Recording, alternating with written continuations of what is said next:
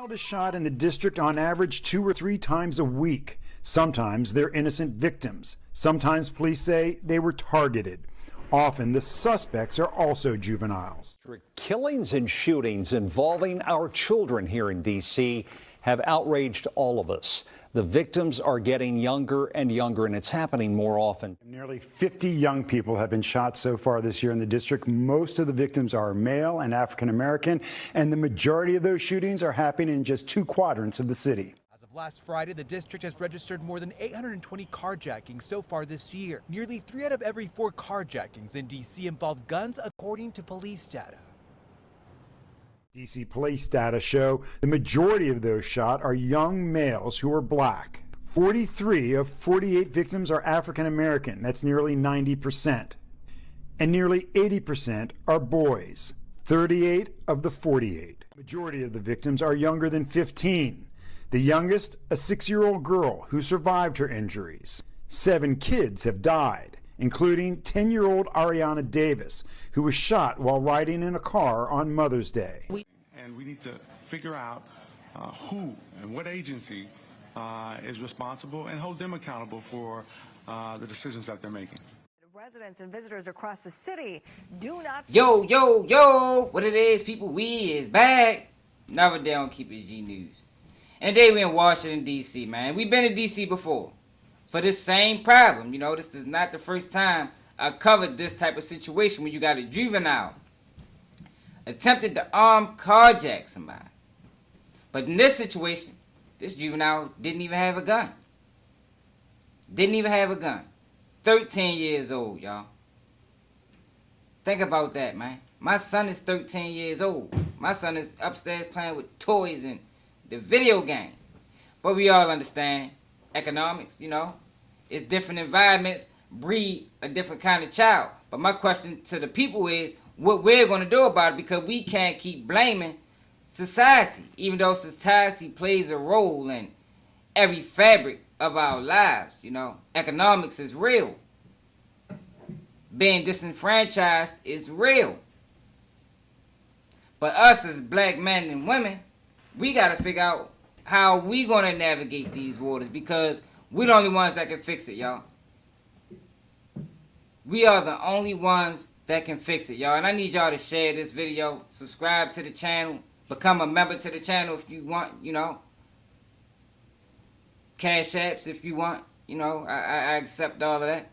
Because we got to have some real conversations on this platform, y'all. One of the reasons I decided to make this platform, it ain't all about money. Hell no. It was about getting the narrative right. You know, right now the narrative of our people is getting tangled and twisted in a way that I don't think we're going to like in the next 10 years. So we got to reel it in and get it back right. But before we do that, we got to talk about what's going on in Washington, D.C. 12-year-old has been arrested in connection with an attempted carjacking in Northwest, where a 13-year-old was shot and killed. An off-duty federal security guard was sitting in his car when he was approached by 2 teens. Police say one of the teens had their hand in his front waistband as if he had a gun. The security guard then shot and killed the 13-year-old Vernon Tony Jr. And the word is tragedy. We're in front of Kelly Miller Middle School, where the 13-year-old attended, and from all we're hearing, he was well-liked by students and staff here. The principal's letter to the parents began, "It is with a heavy heart that I share the recent death of one of our students, Bernard Tony Jr., a 7th grader." Grieving mother arrived at the scene where police say her 13-year-old son was shot and killed Saturday night after he attempted to carjack a man on D Street Northwest. Engine 2 Medic 2 EMS 6 respond for person shot outside 601 D Street Northwest. Be advised, stage nearby. MPD's been dispatched as well. Investigators say an off-duty federal security officer was sitting in his car at around 10 waiting for his work shift to start. That's when police say 2 young people demanded that the driver get out of his car. The security officer told detectives one of them was holding his hand in his front waistband pocket as if he had a handgun. As the driver was stepping out of his car, he pulled out a gun and fired a single shot, striking the other teen in the chest, according to the police incident report. 13-year-old Bernard Tony Jr. of Southeast D.C. died at the hospital. When his mother visited the scene Sunday, she was consoled by a man who works in the area. We're standing here right at the 6th and D corner where all of this happened. And if you Take a look behind me. Right here is the U.S. Attorney's Office. Across the street from me is the U.S. Court of Appeals for Veterans Claims. Just up the street here is the Department of Justice Antitrust Division. And right over here is the D.C. courthouse. This is the type of corner where you would think most people would feel safe, especially an armed officer waiting to go to work. The driver said he was ordered out of the vehicle and that one suspect, quote, had his hand in his front waistband pocket as if he had a handgun. The driver got out with his legally owned handgun and shot one of the carjackers once in the chest. Police say now, it was important for me to play them numbers for y'all in the very beginning of the video because I wanted to let y'all know what we're dealing with. A large percentage of our kids are dying or going to prison at very young ages, man. Young as 9, 10, 11. I done covered some cases over here, man. This is my second time in D.C. with a situation almost identical to this, where you got a child attempting to rob somebody, carjack somebody, end up murdered.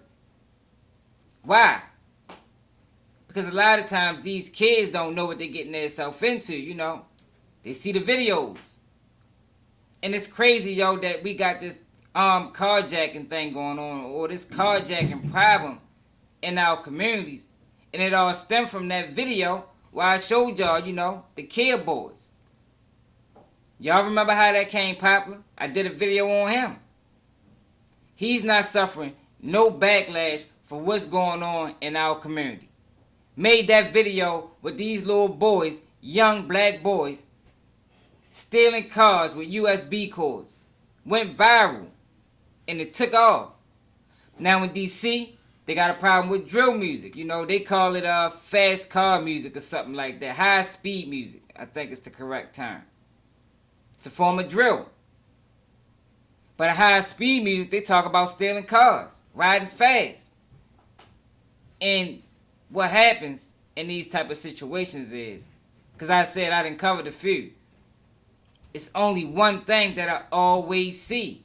One consistent is that there's not no males helping to raise these kids. Yo, we can't put the whole burden on a woman. But at the same time, I can acknowledge we got a problem with the women feeling like they don't need the man. But the numbers say different. Y'all, it's about numbers. That's what all this is about, y'all. It's a numbers game. That's all I am. That's all we are, is numbers, statistics. And the statistics say that when the man and the woman, once you create a child, you got to write it out. Or your child is going to be another statistic, you know, a murder statistic, a jail statistic, of not reading on grade level statistic. These are all things that's going on in our community, y'all. And we the only ones that can stop it, you know. We get too busy going back and forth on who should be this and what this person should be doing, that we forgetting about the children. The children is suffering through this whole ordeal. Suffering. You got this mother on the news by herself. Where's the family? Where's the support? Not saying she don't got none. But where are they? Where's the father? It's very rare and seldom that I cover these cases where I see a man is actively involved. Now, it does happen, you know, because it's not just about a man. You got to have a certain type of man around, you know. You got to be hands-on with your kids. You got to know what your kids is involved in, yo, because a lot of times I don't be trying to hear that when these things happen. Now the parents is upset. Now they grieving, but it's like, yo, and I'm not saying this is her situation, but it's a lot of situations where it's like, yo, hold up. You knew this child was a menace. And later on in this video, I'm going to show y'all a situation in this same case where this parent tried to do every single thing they could possibly do to get her child going into the right direction. But then this happened. He carjacked someone over the weekend, and he was in court today. Certainly heartbreaking and very difficult, if you can imagine a mother turning in her own child to police. But that's what they say this mother did. She was in court today in tears, wiping her eyes numerous times as she listened to the defense attorney talk about all the measures that she's taken to try to avoid this day. They said in open court that the young man has had anger issues since he was 5 years old. He was breaking curfew. He would leave home for days at a time. He was smoking marijuana, started when he was 11. And they said in court he knew where to get a gun. However, on the flip side, a good student getting A's and B's in school. This is his first offense, and his mother was just recently connecting him to counseling services. Still, that was not enough to convince the judge to send him home today. Now, let's take a look at the surveillance picture that the mom saw, and that Yo, we gotta get better at parenting, man. We gotta move away from this I live my life mentality that's being pressed into our community. You know, everybody want to live their life, you know.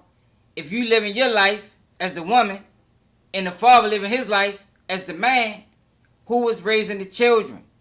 I'm going to tell you who. Social media is raising your children. Your environment is raising your children. The things they see in school is raising our children.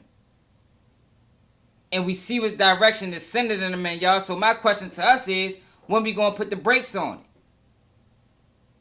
When are we going to put the brakes on it?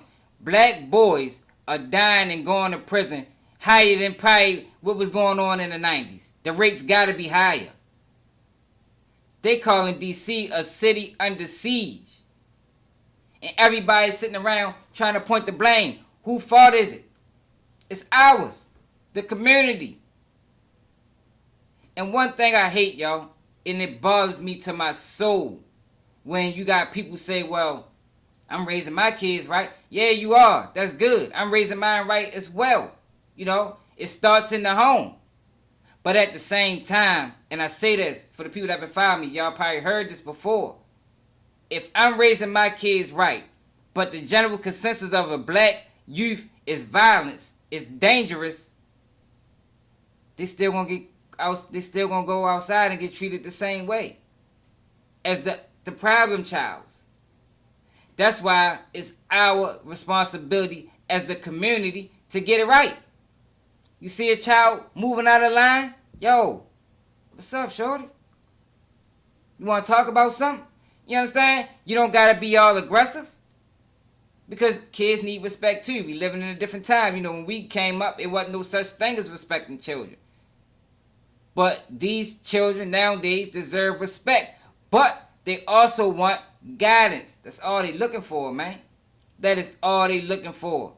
A lot of times, yo, kids that was younger than me, that I consider kids that's older now, they attach themselves to me because they feel like, yo, he gonna have my best interests at heart. I ain't gonna tell him nothing wrong. And that's all they looking for. It's a little bit of guidance. And it's like, damn, we can't even do that as a community. We'll sit back and watch our neighborhoods burn because it's not affecting us personally. And it's got to stop, yo. And if it don't stop, we're going to keep saying the death and the destruction of our youth.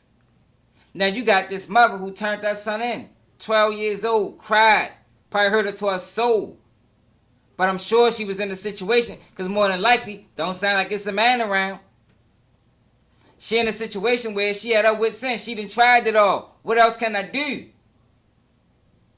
Yo, I done told people, if you got a child, that if you follow me and you got a child that's in this direction, I will talk to him. Gladly. Whatever I can do. You know, words of encouragement go a long way. I remember a time when me and my homeboy, I just talked to him about this couple of days, yesterday. When I was working this job in Baltimore, man, working with kids with people with disabilities. And we took them to the park. And it was these boys, like I think it was 2 or 3 of them, yo, and it was just a mother with her kids, yo. Man, we played football with them boys, yo. You could see the happiness in their face just to have male attention. That's all these kids is looking for. You heard in the beginning of the video when she said she starts saying problems with her child, the 13-year-old that is. His mother says she starts saying her child problems with her child at 5. So my question to her is, what happened at 5? You know, you got to go back. Where did this start? You know, that's the beginning. Find out where it started. Find out what happened. And move forward. Progress. But you can't do it alone. That's why we got to get better. We got to get back to the point where the black man and the black woman can have a decent conversation that don't go haywire and everybody leave with a certain level of understanding. Because we don't got that no more. And we're being told on social media that it's not even important. But the numbers say differently. So my question to everybody is, when we going to start paying attention to the numbers, y'all, and start paying attention to these people trying to get numbers off of us? You know, the ones that's enriching themselves while feeding bull to our community. I'm tired of this, man. I'm tired of seeing young black boys murdered and going to jail, man. And going to prison, man. So what's going to happen with this 12-year-old? Like I say, more than likely he traumatized. He just watched his homeboy get murdered. Faking because they had a gun. Where'd they get that from? What made them think that was a good idea? Because kids are impressionable. You know, they only go by what they see. Somebody might have told them they did it before. But since we not fully involved in our kids' life, we don't know what's going on. We don't know what they're being told outside our doors. And it's typical, you know. A lot of us work, you know. It's hard to do the juggle between the two. But, yo, that's another thing we got to get better at. But he decided that they was going to fake have a gun. And like I told y'all in my last video, probably 2-3 videos ago, these kids don't have no plan B. It ain't no exit plan. In their young 12 and 13 adolescent minds, they actually thought that they was going to scare this person. And they didn't even realize where they was at. They was around all state buildings. More than likely security guards. Off-duty police officers. You know, this is the areas they roam.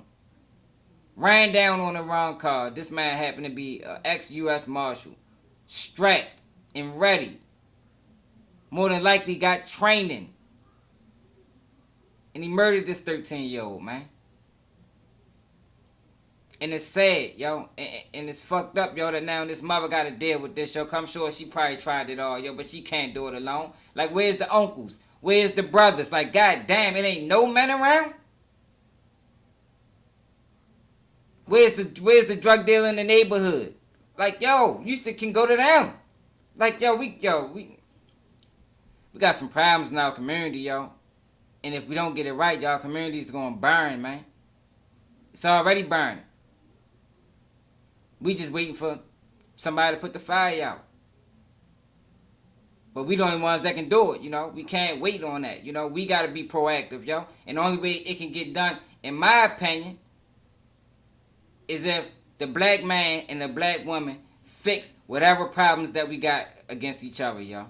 You know, you got the woman thinking she the man. You know, you got the man standing on moles. Then you got a lot of these guys, they so soft and fragile.